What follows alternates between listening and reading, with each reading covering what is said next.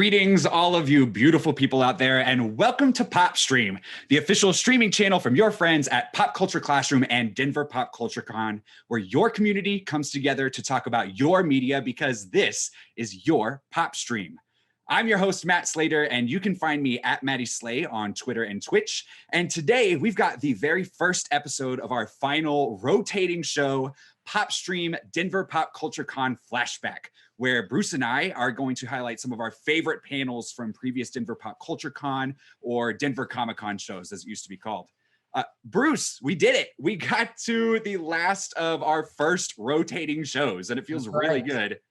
It does feel good. It seems like it's forever, but yeah, now we start all over again. Yeah, when it's only a week at a time, it does feel like a long time. But that means next week we'll be back with episode 2 of PopStream Comics, and the whole PopStream cycle will start over again. So if this is your first time joining us for PopStream, first of all, a very special welcome to you. Thank you for joining us. And here's how PopStream operates. We're live every Thursday at 4 p.m. Mountain Time on any platform you can think of. We're live on PopStream's YouTube and Twitch channels, as well as the Facebook, Twitter, Twitch, and YouTube channels for Pop Culture Classroom and Denver Pop Culture Con. And if you're watching live, you get to be a part of the show by chatting with us on any of those platforms. It doesn't matter. You get to see the chat from everybody. And like we said earlier, this is your community. So don't be afraid to hop in the chat and let your voice be heard. Join in on the conversation with your thoughts and opinions on the content, your witty comments, or whatever's on your mind.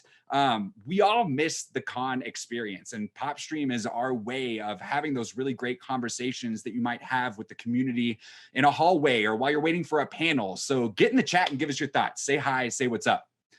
But if you can't watch us live, we've got you covered. You can catch this show on all of our other amazing PopStream content on demand on YouTube. But maybe you don't have an hour to sit and watch us. That's fine. You can hear us on the go. We're available on all podcast networks, or I guess not all, but all the major ones. So we got Spotify, we got Apple Podcasts, we got Stitcher, and we got Google Podcasts. All you got to do is search PopStream and then subscribe, and you can check out all of our previous content while you're there. And currently, you can catch the first episodes of our other 3 shows, PopStream Comics, the PopStream Workshop, and PopStream AV Club. But like I said, this is PopStream Denver Pop Culture Con Flashback. And you'll get new episodes of this show each month, along with all of our other rotating shows. And for every episode of the Denver Pop Culture Con Flashback, I'll be joined by the man that makes it all happen, Denver Pop Culture Con's Director of Programming, Mr. Bruce McIntosh. Bruce, what's going on today? We're having a show. We are having a show. Now, I know, Bruce, that you are also on our PopStream Workshop, but if someone hasn't met you, what do they need to know about you? Give us the lowdown. It's very simple. I am the programming director for Denver Pop Culture Con, formerly known as Denver Comic Con. And like you said, I help arrange the guests and the programming that you will see at Denver Pop Culture Con. And in the meantime, what we're doing here on PopStream. Awesome. So what are some of the favorite panels that you've put together for con, or that other people have presented for us over the years at Denver Comic Con and Denver Pop Culture Con? Well, I think the answer to that is many, many panels. I'm particularly proud of the panels that are educational, and people come in not expecting to learn something, but that's exactly what happens. So we have hundreds of author and comic book panels with guests talking about not only the people's favorite comics, but also their favorite creators and the process, how to write books, and what are the pitfalls of writing books, and how do you market, how do you create a comic book? What if you want to get into the comic book industry? So those are the kinds of panels that I really love. Nice. That's kind of different from other pop culture cons. What is the philosophy behind how you put together all these panels? Well, thanks for asking, because it's really, really important to what we do at Denver Pop Culture Con. Every con, every Comic Con or a book con or something like that, they'll have some guests and they'll have some programming, and of course they'll have a merchant room. And of course we have all that too, but our programming is kind of the linchpin of that, because when you go to Denver Pop Culture Con or tune into PopStream every week on Thursdays, you will, the idea is you're going to be learning something from the panel or the session that you're attending. So you may be finding a new author or authors in a genre that you like horror, and that you'll be finding your next new big time author or your new favorite reads. Same thing for comics and everything. So the big lesson is you're going to come away learning something from everything. We also have special things that other cons don't have, like our literary conference, which we'll be holding online in 2 weeks. So watch our public or social media and things. And we do other special things like the Experience the Comics for Kids. We bring in free kids for Friday to experience the programming that's just for them and the guests that are just for kids from 5 to 19. And we also do Teacher Educators Day. And we bring in people for free if they're an educator to take part in all this educational content. Yeah, it's a great time. And I don't know about you, but I can't wait to get back to it. Someday we'll get there. Someday. Well, we're scheduled for Pop Culture, Denver Pop Culture Con is scheduled for May 15th through 17th, 2021. So set that day aside. Excellent. Put that on your calendars, cross your fingers, cross your toes, do whatever you need to do, pray to the good juju gods, and we'll make it happen, we hope. So today we are going to highlight one of our favorite panels from last year's Denver Pop Culture Con. This panel is called The Science of Wakanda. So before we really hop into it, Bruce, why are we highlighting this panel, and why right now? A couple of big reasons. The first one is, of course, it's educational, and that's not a dirty word either. This is learn something from this panel, just like many of the other ones that we do.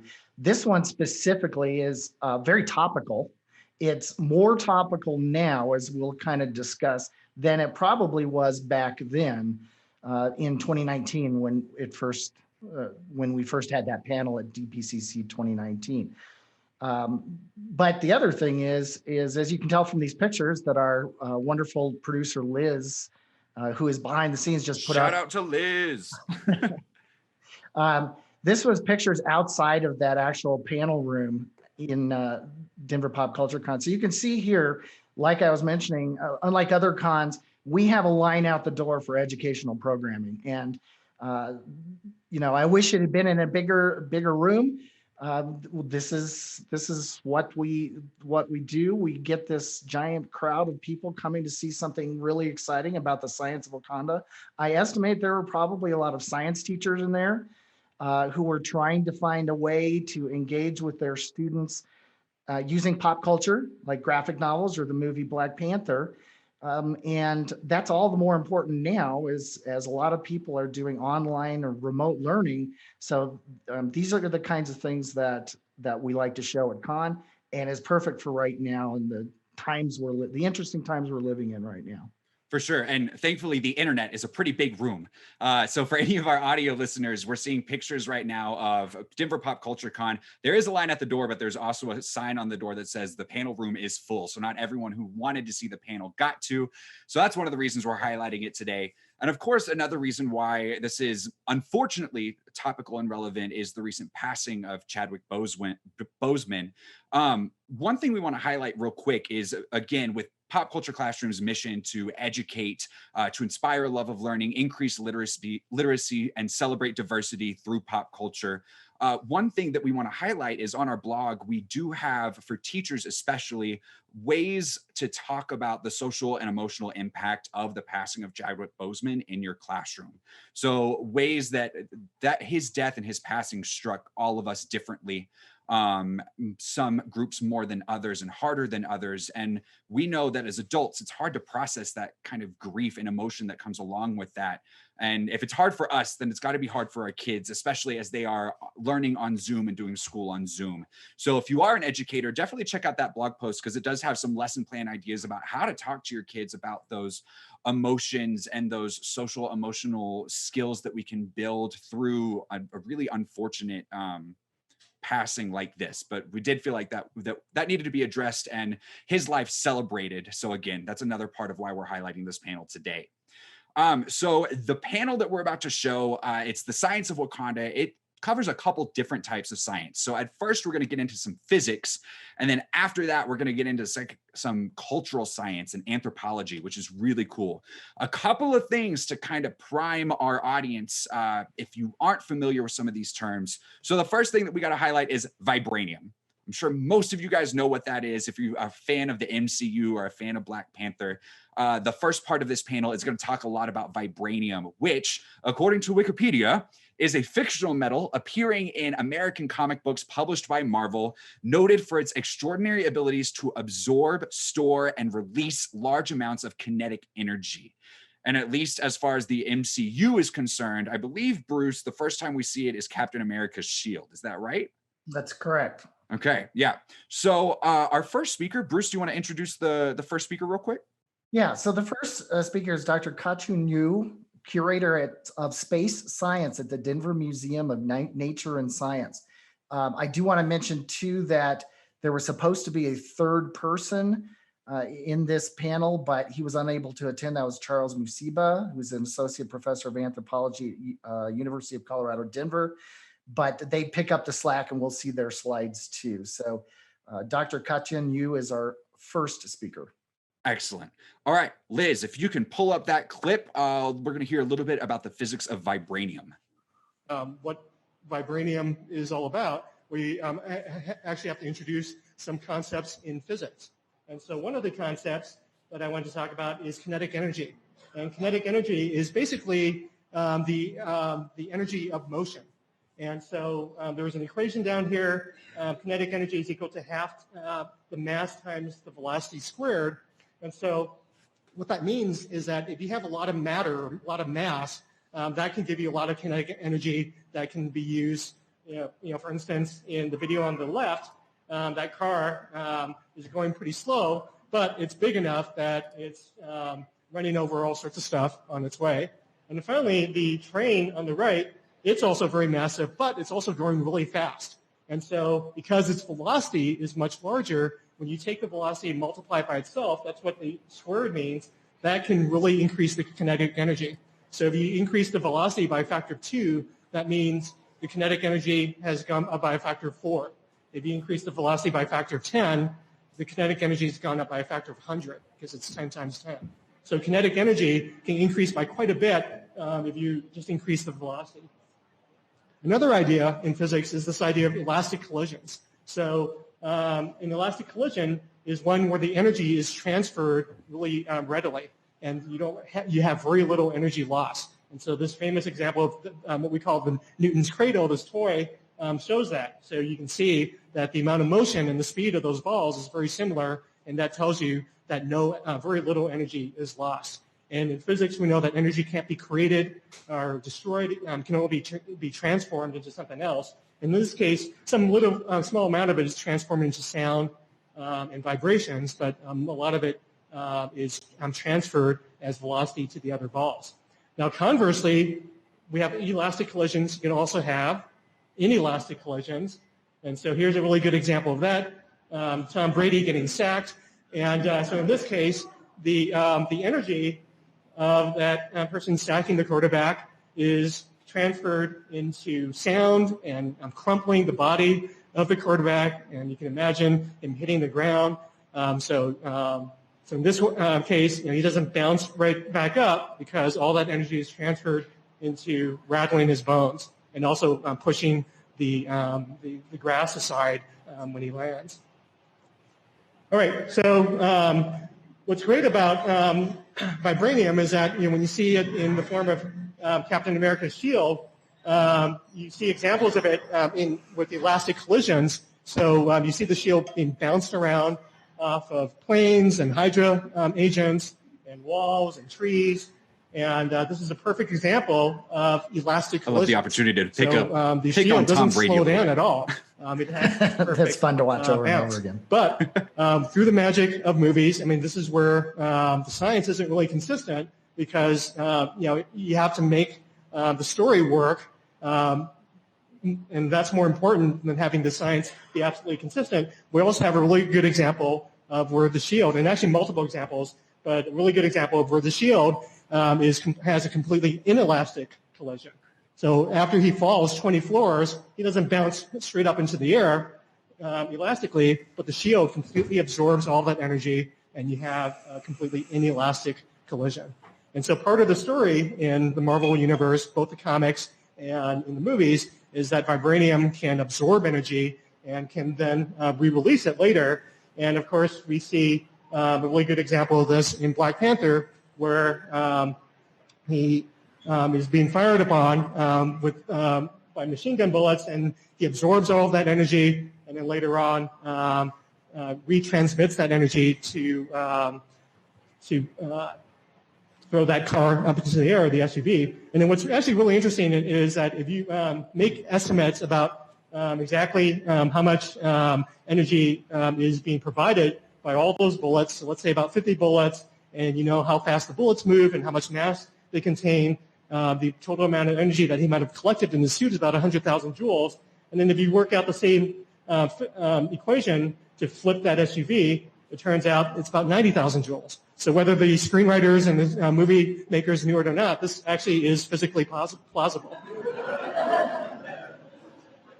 Now, the other really interesting thing about vibranium is that at the beginning of the film, we learned that the Vibranium Mound in Wakanda was provided by a giant meteorite that struck the Earth. And because of these near magical properties of this metal, it changed the biology of the plants, and it provided this energy source and provided this sort of mystical, magical element that later changed Wakandan technology and allowed them to become an extremely advanced technological civilization.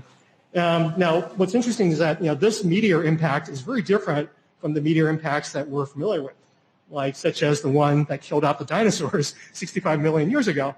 And so if you actually work out how much energy was released in that particular meteor, and astronomers have a pretty good idea of how big the meteor was. It's about 10 kilometers across. So you can estimate its size. We have a good idea of how fast it was moving.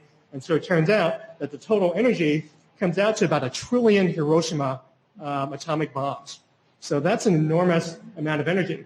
But you might try to explain why the meteor didn't wipe out the land of Wakanda by saying that because of the magical properties of vibranium, it absorbed all of that energy. So then you can then ask yourself, if it absorbed all of that energy, how much energy was contained in that mound of vibranium? And one way we can do that estimate is to follow Black Panther and Killmonger falling at the end of the film. And so you can estimate how long it took for them to fall. And if you assume that they fell like 1 kilometer and just by their free fall time, and they fell, let's say, halfway through that mining space, and so the mound was maybe 2 kilometers wide. And then they also say in the movie and in the comics that vibranium is 1/3 of the density of steel. So again, you can then calculate the kinetic energy of a meteor 2 kilometers wide made up of vibranium landing on the Earth, and that's about 1 billion Hiroshimas. So that's not quite the dinosaur killer, but if you imagine if you had that much energy accessible, that would create a huge amount of energy to fuel your society. And I'm trying to remember if I have any other slides. Oh, and that's it. But I think one other point that I will make is that even though vibranium is very magical and there's nothing like it that exists in our world today, there are scientists are working on a lot of materials that might have property, one property of vibranium. So I think for people who are interested in science and technology, and if you're interested in physics and engineering and materials. All right, the audio is a little behind for me, so I think that section just finished up. I hope so. Okay, I think I got it. I think I timed it right. Bruce, I don't know about you, but my background in college is in theater. And so I definitely understand these concepts, but I'm very glad that someone else decided to do that math instead of myself. I got a degree in history and in law, so I don't want to say this is all over my head, but I do want to say that that's why teachers were packing that. I assume we had some physics teachers in there going, how do I get these concepts across to students? And my lovely wife, Erica, is a science teacher, and She does not get to high school science, so she doesn't quite get to the elastic physics, but she would use this in a heartbeat because it resonates with kids. Yeah, absolutely. A great way to talk about kinetic energy. One thing that I found really interesting here is that the science of vibranium, obviously not a real element, but the concept of absorbing energy and then specifically kinetic energy and then expounding or using that energy for something else, collecting it and then using it is not that far-fetched. And it's something that we already do a lot of times. If you think of wind turbines or a water mill that translates into electricity, that's taking that kinetic energy, turning it into electricity and then storing it for later. I also found a really cool article on slate.com. It's titled The Body Electric, and it talks about exoskeletons that have been developed specifically for the military, that when you walk, the gears, there's like a knee brace and gears move. And then those gears within that knee brace, it's turning that kinetic energy into electrical energy that can be used later. So while vibranium is not real, of course, and we don't have anything close to the applications of, say, Captain America's shield or absorbing bullets and then using that energy for something else, we're not too far behind. So maybe we can look forward to something similar soon. Yeah, this is fiction technically, but we're not that far off. Yeah, just a little bit in the future. So for this next segment, we're going to head into some anthropology. And before we do that, there are a couple of concepts, a couple of phrases that I want to introduce to you guys if you've never heard that will be brought up within the panel. One of them is diaspora. And diaspora originally refers to the dispersion of the Jews beyond Israel or Jews living outside of Israel, but lately has taken on to mean the dispersion of any people from their original homeland. And so within this panel, we're specifically going to talk about African diaspora. And then the other concept that's going to be brought up here is Afrofuturism, which, according to Wikipedia, again, is a cultural aesthetic philosophy of science and philosophy of history that explores the developing intersection of African diaspora, culture and technology. So obviously that concept is all over Black Panther, and we're going to dive into some of the things that adds to the Black Panther story in the film. And who's our second speaker coming up, Bruce? Okay, so this is a wonderful woman, Dr. Hold on, I got to find it now. Dr. Ella Maria Ray, professor of Africana Studies at Metropolitan State University of Denver. Excellent. All right. I think, Liz, we are ready if you want to play that clip. Time she started a story she would call The Community. So in this spirit of the art and science of storytelling, I'm calling you together. Story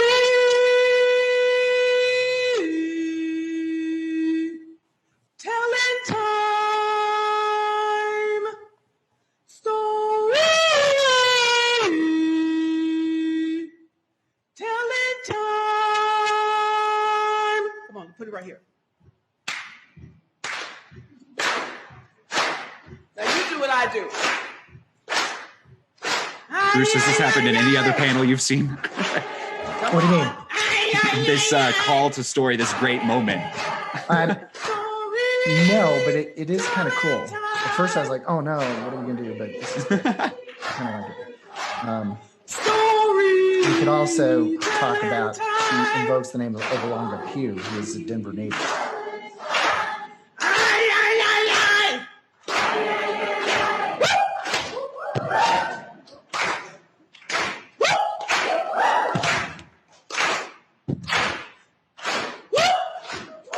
You don't hear this, right? Or do you? Give yourselves a hand.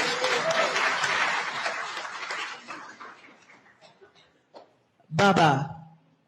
Yes, my son. Tell me a story. Which one? The story of home. Millions of years ago, a meteorite made of vibranium, the strongest substance in the universe, struck the continent of Africa, affecting the plant life around it. And when the time of man came, 5 tribes settled on it and called it Wakanda.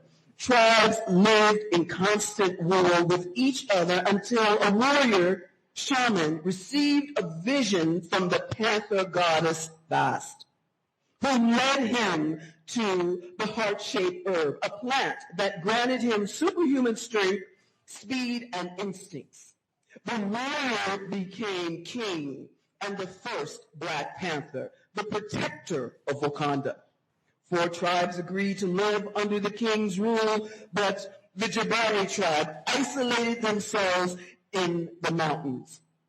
Wakanda used vibranium to develop technology more advanced than any other nation, but as Wakanda thrived, the world around it descended further into chaos.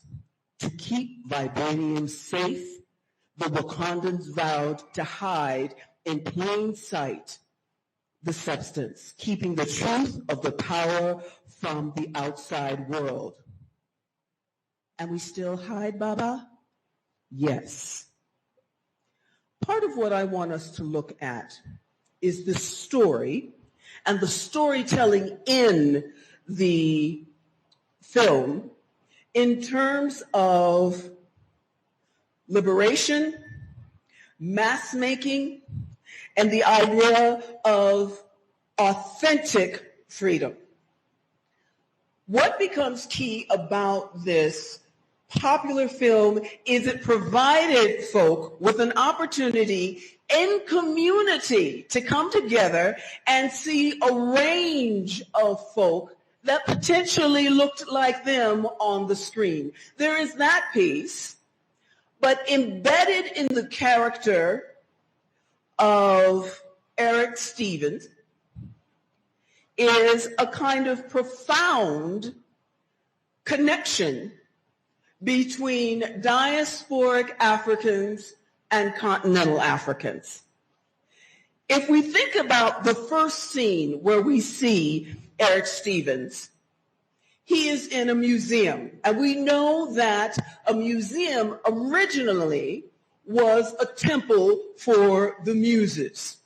It became also a place where people's daily artifacts were defined as precious and excluded from them. People's artifacts of power were taken from them and put on display and curated in particular kinds of ways that kept them from the material culture that they created. And it is Eric Stevens who is about the business of liberating material culture so that, and particularly vibranium, so that people globally can be empowered and somehow have an equal playing field in terms of global economies and global powers. Let's look at him for just a moment. Eric Stevens, whom is referred to as Killmonger, Eric Stevens is a graduate from the United States Naval Academy. He is a graduate of MIT. He was a SEAL. The popular film often silences this man's particular understanding of formal science and flattens him in a way that we can't see the complexity of who he is. He is our villain.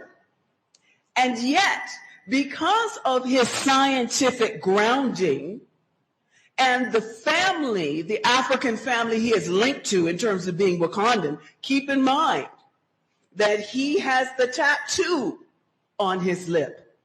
He has the name, a Wakandan name. He is linked to royalty. He was abandoned. And part of his abandonment is a shame that the African family has to confront and deal with. And what he is attempting to do is heal, but heal in a way that is in concert with the legacy of his father.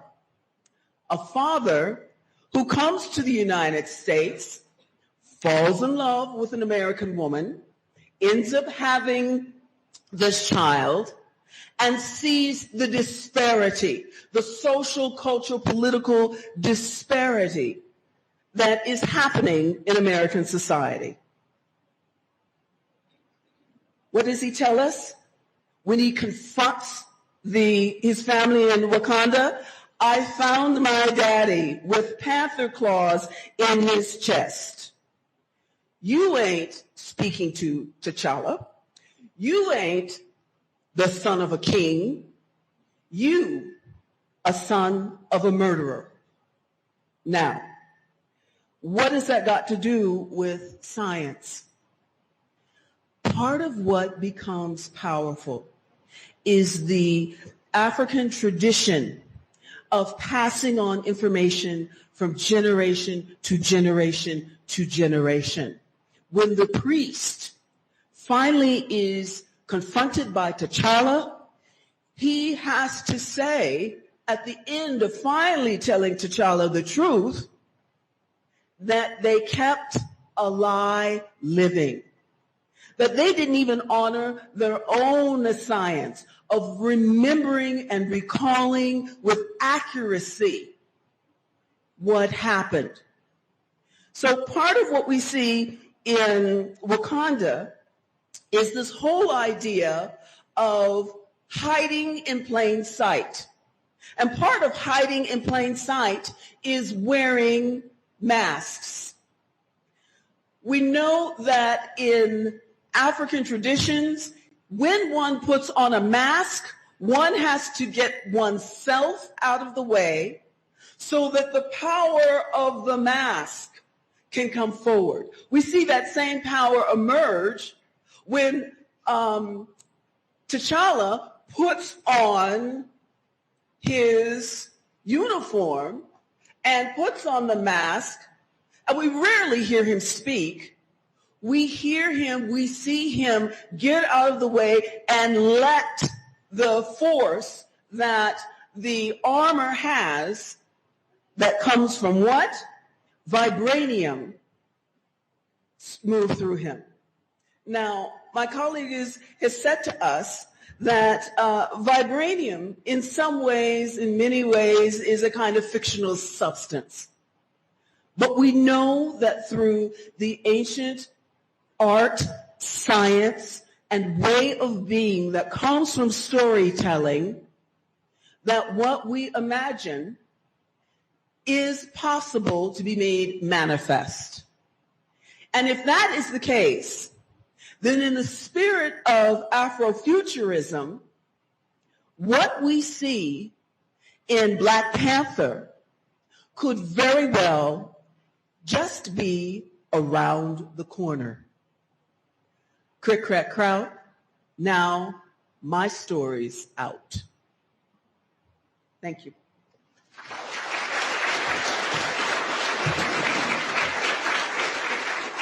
That was the story. Bruce, she's so wonderful to listen to, isn't she? She is. That is great. Such an engaging speaker. A couple of things. What are some of your takeaways from that, Bruce? There's so much to unpack from that, but I do want to kind of interject that neither Matt nor I are experts in physics or African cultural anthropology and so forth. And that's not why we're. Wait, you're not? No, I will freely admit it. So I do want to make sure that we're just here learning about this too, and pointing out some of the really interesting things that she brought up, of which there are tons. There's several concepts in there that she's looking at too. But one thing that struck me that I did not really even think about was his concept of Killmonger. Is he really the villain? Or could he be the hero in a way? He's certainly not a traditional hero, but looking from what I'm learning through this of the cultural anthropology and sort of the history of the African nations, and applying it to this movie in a small way, he is maybe a sympathetic character. Absolutely. And yeah, when this movie originally came out, that was one of the big talking points, was the way that they portrayed Killmonger as a villain, but almost sympathetic. When I used this in a professional development yesterday, and we talked about how his goals and his ambitions are arguably noble, but doesn't maybe go about it in the most noble way. But the concept here that sticks out to me is that when we talk about vibranium, we talk about absorbing energy and then releasing that energy back out, right? This is what humans do. And to an extent, this is what Killmonger is doing as well. He's absorbed this chaotic energy throughout his life, having his father killed at a young age and not quite understanding his background and never going back to his homeland. And that chaotic energy is what he then releases upon the world. So that concept of vibranium and absorbing energy is a mirror for the human experience as well. We just absorb the energy around us and then reflect it back out into our world oftentimes. I also, I was just going to agree with you. Yeah. And then I also really loved her talking about the concept of removing oneself or getting out of the way in order to put on the mask. The mask is theatrical. If we think back to ancient Greek theater, it's all about these masks that they would wear. And the idea that as an actor, you have to get out of the way, you yourself have to get out of the way to portray the character in order to enrich somebody else's life, in order to help them or tell a story, impart a moral. It's very interesting that here we have a slightly similar concept where Black Panther is putting on the mask in order to inhabit this passed down power and has to get out of the way. His own personal self has to get out of the way in order to help his people, which I thought was very interesting. Yeah, you have to give up a little bit of yourself, like she said, in order to do great things and help others. It's that selflessness that is exhibited by T'Challa. So we are going to get into some of the Q&A portion of this panel. That was the main portion in the panel, and people are going to start asking questions, and we want to highlight a few of the really awesome ones for you. But before we do that, I want to tell you about a couple of the awesome programs that Pop Culture Classroom has going on right now. So Pop Culture Classroom, the educational nonprofit behind Denver Pop Culture Con, has opened registration for a new series of virtual boot camps where you can pick up a new hobby or take the first steps to becoming a professional in the arts. So if you are looking to learn more about Photoshop, Dungeons and Dragons, comic book creation, or streaming and content creation, I'm going to be teaching that one myself. It's going to be a whole lot of fun. This is your opportunity to learn from the professionals and build community. Classes meet virtually once per week for 5 weeks. And in addition to getting instruction from professionals, you'll also get curated resources and activities to help reinforce the skills you've learned in between classes.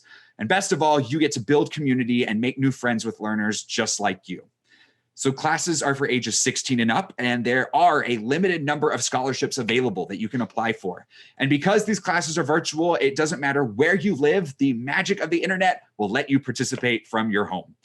So you can learn more about our boot camps at popcultureclassroom.org/camps. And you'll also find the link for scholarship applications there as well. But that's not all. Pop Culture Classroom's mission is to inspire a love of learning, increase literacy, celebrate diversity, and build community through the tools of pop culture and the power of self-expression. And one of the ways that we do this is through Colorful History, which is our very own line of history-based comics for use in classrooms and beyond. Tomorrow, we are releasing a brand new issue all about the Electoral College, just in time for election season. So this is a 4-page issue that covers the origins of the Electoral College, how it operates, and viewpoints both in support of and opposing the voting body. So it's a free downloadable comic, and it comes with a teaching guide that includes discussion questions, project ideas, further resources, and also common core connections. So starting tomorrow, which for anybody listening after the fact is Friday, October 9th, by the time you hear this brand new issue will join the collection of over 50 comics all about the people, places, and events in Colorado and American history. So you can download these comics for free at classroom.popcultureclassroom.org. All right, Bruce, you ready to move on to the Q&A? Yep, let's go. All right, so this recording that we got, you can't quite hear the questions, so we'll restate the questions for you guys. And the first question that I really like is essentially asking, is the world ready for vibranium? Even if Wakanda were to share the wealth, is the world ready for it? So Liz, hit it. So I remember the audience was making the point that in the comics, the Wakanda was asked to share vibranium, but the other countries in the world didn't handle it very well, and they basically acted like spoiled teenagers. And so it showed that perhaps the rest of the world wasn't ready to handle such a technologically advanced metal. I mean, that could change society in such big ways. And so that speaks to the fact that, in some ways goes back to this idea: with great power comes great responsibility. So if you have the power to do these enormous things, do you also have the responsibility, the ethics, and the morality to do what's right? And that's a question that we can ask ourselves in the real world, outside of this fictional universe, as we grapple with these technologies that we have today. I mean, artificial intelligence, things like self-driving cars, and ways to edit genomes. Have we, as a species, grown up enough to use these tools wisely? And if we think about it in terms of how we all struggle with being away from our cell phones, for some people, their cell phone is practically a family member. And so to not have it almost makes them immobile. So this idea of what does it mean to be ready? What does it mean and how does one get ready for the technology that's coming? And what does readiness mean for people who won't have access to the same kind of technological incubators that others have had? All right. Great question. And I love that they bring up, we already have some technologies that maybe we're not ready for. In relation to this, what they're talking about, we see in the first Avengers, right? Once the government gets their hands on the Tesseract, what's the very first thing they do with it? They make weapons, right? So I find this question really interesting. Bruce, what are some technologies that maybe we already have that we may not be ready for? They mentioned cell phones. What do you think? Cell phones is an example of something that, 30 years ago we didn't have, but now we're, like she said, we're connected to them on an hourly basis and feel lost without them. And so is that a good thing is another question. But other stuff that he brought up too were like self-driving cars. Mm-hmm. I follow that as closely as you can, and with Tesla and so forth is, are we really ready for self-driving cars? And you always hear about some chucklehead who did something, falling asleep in his car and putting it on autopilot and there's a pileup. And, that's just anecdotal. But what happens if you give the entire world a technology like vibranium? I don't have a whole lot of confidence that it would go well. Some of the ones that come to mind for me are facial recognition. John Oliver, I don't know if you watched John Oliver, Bruce, last week tonight. He had a whole segment not too long ago about facial recognition technology and all the different ways that it's used. And like vibranium or many of these things, in the right hands, it's awesome. But once it gets into the wrong hands, you never know. I'm sorry, go ahead. No, go for it.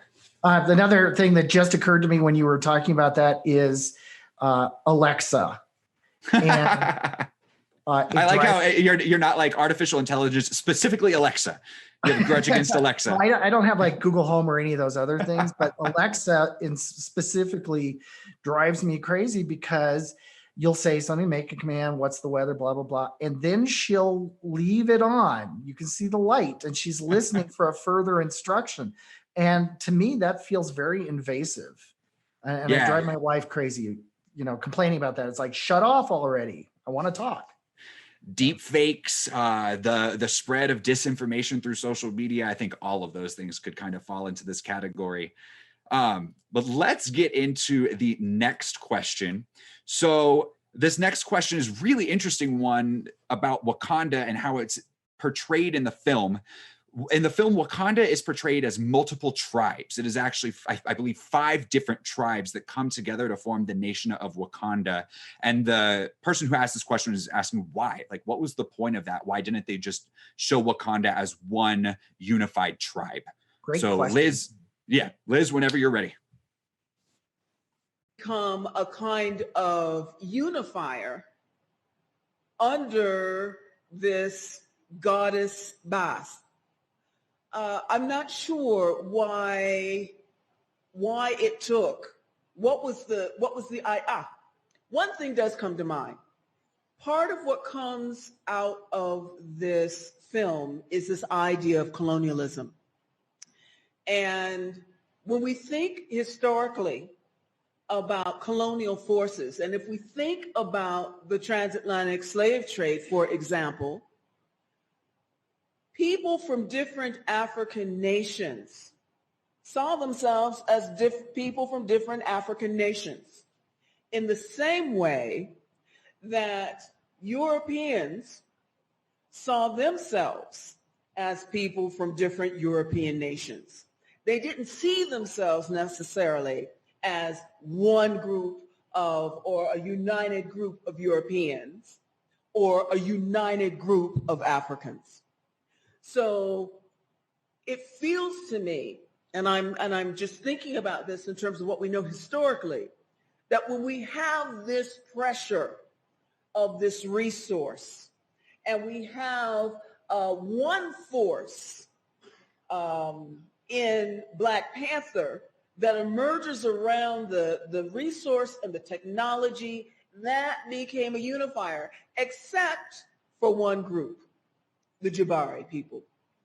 And the Jabari people, I suspect, represent in the film a kind of tension between tradition, represented in the Jabari, and modernity, recognized by the other nations of Wakanda, that grinding force. But you brought up a very rich question. Why was that necessary? And I suppose it has something to do with the way in which the narrative was trying to grapple with colonialism. So I love that she goes into that modernity, I believe, is being modern. Technology can be divisive, as divisive as it can be unifying. What do you think about that? This is what I was referring to with how topical this movie is, and this discussion, this panel is, especially this particular month. And that's, we find ourselves debating this literally on television. The vice president's debate and things like that is the real question to me. Kind of feels like, what if we're modernizing, but everybody's not going to get access to that modernity? And that's what the Jabari are partly about too. And so you have 2 different factions there. There's more in Wakanda than that, but you have the old schoolers and you have the modernists, and they're basically debating, which direction are we going to take our country? And it's very telling about the kind of times we're living in right now, especially with the election. I didn't even think about that. That's a really good, really good point. That made me think about it. It's like, how can I use this experience to kind of further my understanding of what's happening in the world today? Well, and it's interesting too that they know that having that technology, they want to keep it close to their chest. Wakanda does not want to share that technology with the rest of the world because they're afraid of what it might do. And so while they have this unity, which leadership can still be challenged and things like that, they have this unity, but they know that if they share that with the rest of the world, that unity could be at stake. It may not unify the whole world like it did those nations. Just another interesting way to think about this. They're so deep. Yeah. So we've got one more question we're going to get to. So this question, again, speaking of really relevant things, it struck a chord with me when I heard it. Not a super long question, but we can definitely apply that to what we're feeling now. And Liz, I realize on the run of show, this says 30 minutes and 30 seconds. It should definitely be 40 minutes and 46 seconds, I believe. So Liz, whenever you're ready. most of our fertilizer is made possible by fossil fuels. And so just wrapping our heads around what sort of transformations we need to make as a society. And in some ways, for us, I mean, this is a question that we're grappling with today. And so even though I'm not really answering your question about what the Wakandans would do, I think it is something, that we as a society in the 21st century, not just people in the United States, but people all over the world, I mean, this is something as a species that we have to grapple with. I think not only is it something that we have to grapple with, but I think if we just take Wakanda as a case study, I think it would force Wakandans to come up with something else. Because one of the things that human beings are is very innovative. And sometimes it is the stress, it is pressure that allows for these innovations, changes, ways of seeing the world to shift. So I think Wakanda has been in the habit of developing technology. The technology might change. The technology might go back to chalk. But chalk, writing, cursive, that's a technology. Storytelling is a technology. So I think it would shift. I realize I am the world's worst podcast host because I forgot to restate that question. So that might have been a little confusing for everybody, but the question was, what do they think Wakanda would be like without vibranium? Because they have hinged so much of their identity and technology and how their society works on vibranium. So what would the country be like without it? And then we jumped in as the first panelist was comparing what if we didn't have fossil fuels? And so kind of having that comparison there to our own lives. And later on, they talk about we would figure something out, right? We would figure out a way. Wakanda would figure something out to continue to advance through their resourcefulness, through their innovation without vibranium. And what struck me here is this is kind of what we're dealing with COVID in a very different way. All of a sudden, all of these things that we rely on through physical interaction, through gathering as groups, are no longer available to us. And so we had to figure out a way to work around it. And it ain't perfect in many ways, but Bruce and I are here in front of you now. We figured something out at least, right? Bruce, do you have any thoughts there? This is a great question, and obviously there's no real answer. I think though, I think if they took away vibranium from Wakanda just one day, the United States comes in and takes it away, or something that you can foresee those kinds of things might happen, it would be chaos. But just because their entire economy and society is based on it. And so that is a good analogy to compare it to fossil fuels.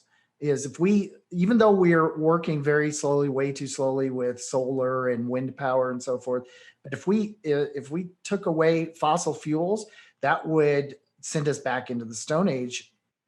Not to be, too extreme about it, but I mean, that's in everything. Fossil fuels, and she even mentions this, fossil fuels are in everything that we use, including plastics. We wouldn't have plastics anymore. So it would be quite the cultural shift, but truly we have been around, as humans have been around for a couple of million years, and we've survived, quote unquote, worse. So we would adapt. It just wouldn't be very fun. Right. And sometimes that's what you need, though, is you need that force that's going to come in and say, no, you don't have a choice. You have to adapt. Right. So I think that's exactly right. We had to figure out some new things, and man, we're getting there. We're getting there. All right. Well, I think that's going to wrap it up for our revisit on the Science of Wakanda panel from Denver Pop Culture Con 2019. Next month, Bruce and I will be back with another panel from Denver Pop Culture Con. But here's the thing. We haven't picked it out yet. We need your help for that. So you can do that in a couple of different ways. Maybe you were at Denver Pop Culture Con, not even just in 2019, but in previous years, and you saw something that really blew your socks off. you can email us at popstream@popcultureclassroom.org to give us your suggestions. Be like, man, I saw this one panel and it was just incredible. You got to let more people see it. We would love that.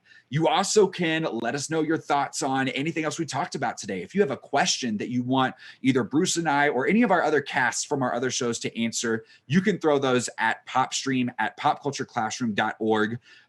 Give us some ideas for topics of shows, anything that you really want to contribute.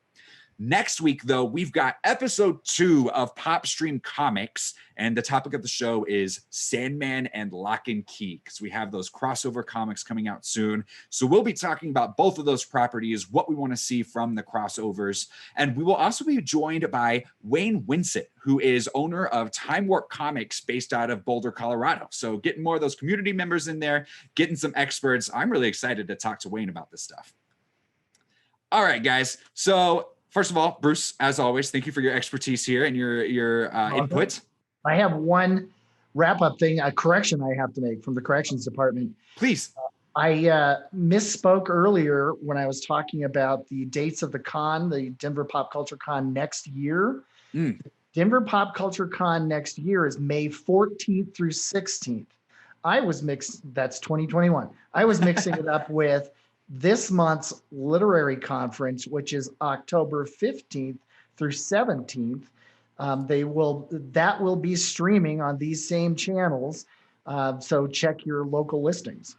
I believe that one's going to be on Zoom.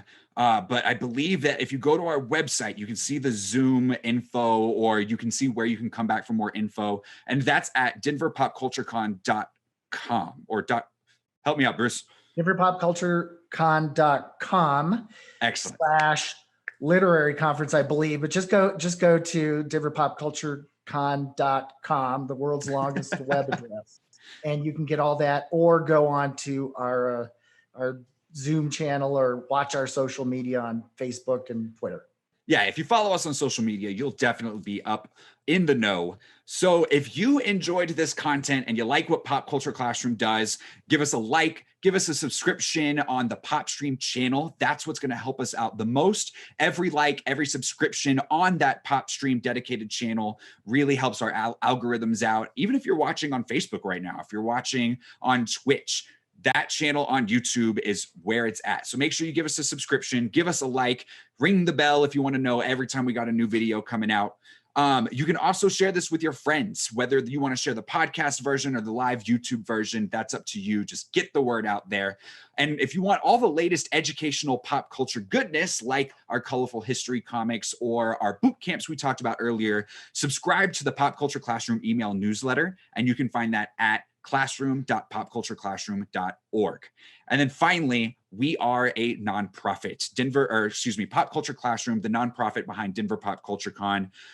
We use your resources in order to go out to libraries, schools, classrooms, and do educational workshops. And in fact, just this week, we started a new comic creation program at a youth detention facility here in Denver. So trying to help out those who might be in need most, but that's where your money goes. And if you've got the ability, if you are feeling generous, a donation would really help us out. You should be able to see links on our YouTube page or anywhere that you're watching. We'd be very, very grateful. So until next time, this has been your Pop Stream. Take care, everybody.